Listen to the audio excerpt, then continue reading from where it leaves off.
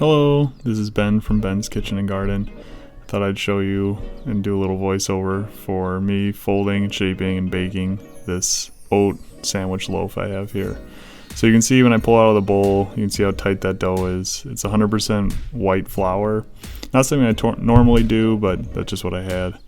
So it's oats and butter and salt and a tiny bit of sugar and yeast. And that's it.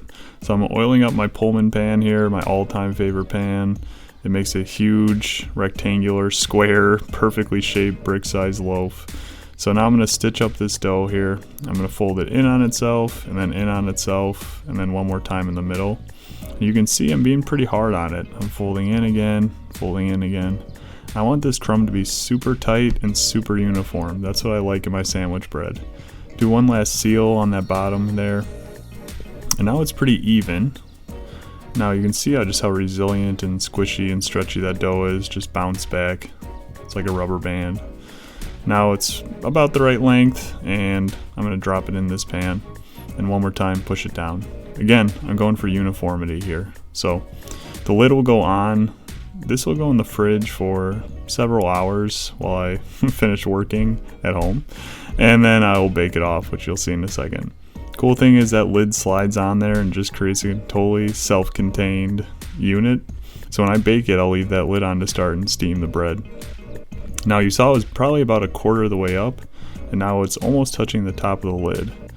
So that's exactly where I want it to be. It's nice and cold. It's ready to go in a super hot oven, which I preheated. The oven is at about 500 degrees, and it's been on for 20 minutes. So I put it in the middle there, and I apologize for the dirty oven, but that's the way it goes when you use it all the time. And I'll set it in there for about 25 minutes. Now, the really nice part about the Pullman pan is you don't have to deal with steaming or covering or anything else. That lid just slides on there perfectly. And for sandwich bread, that is very, very convenient. You'll see why in a second. This is me pulling it out of the oven. But to create that uniform color and shape and texture, there's really nothing like a Pullman pan. I think it is just so much fun to bake in, really. So here's this. You can see it's steaming. It's been in the oven for about 25 minutes. And when I pull that lid off, it's kind of the big reveal. Ta-da! And it's right at the top. It pretty much is bursting at the seam. And that's cool because that lid is going to keep it down, keep it uniform, and keep that shape super tight. So I pop it out of the pan because I like that even color. You'll see it's pretty golden at this point, but the loaf is also really fragile.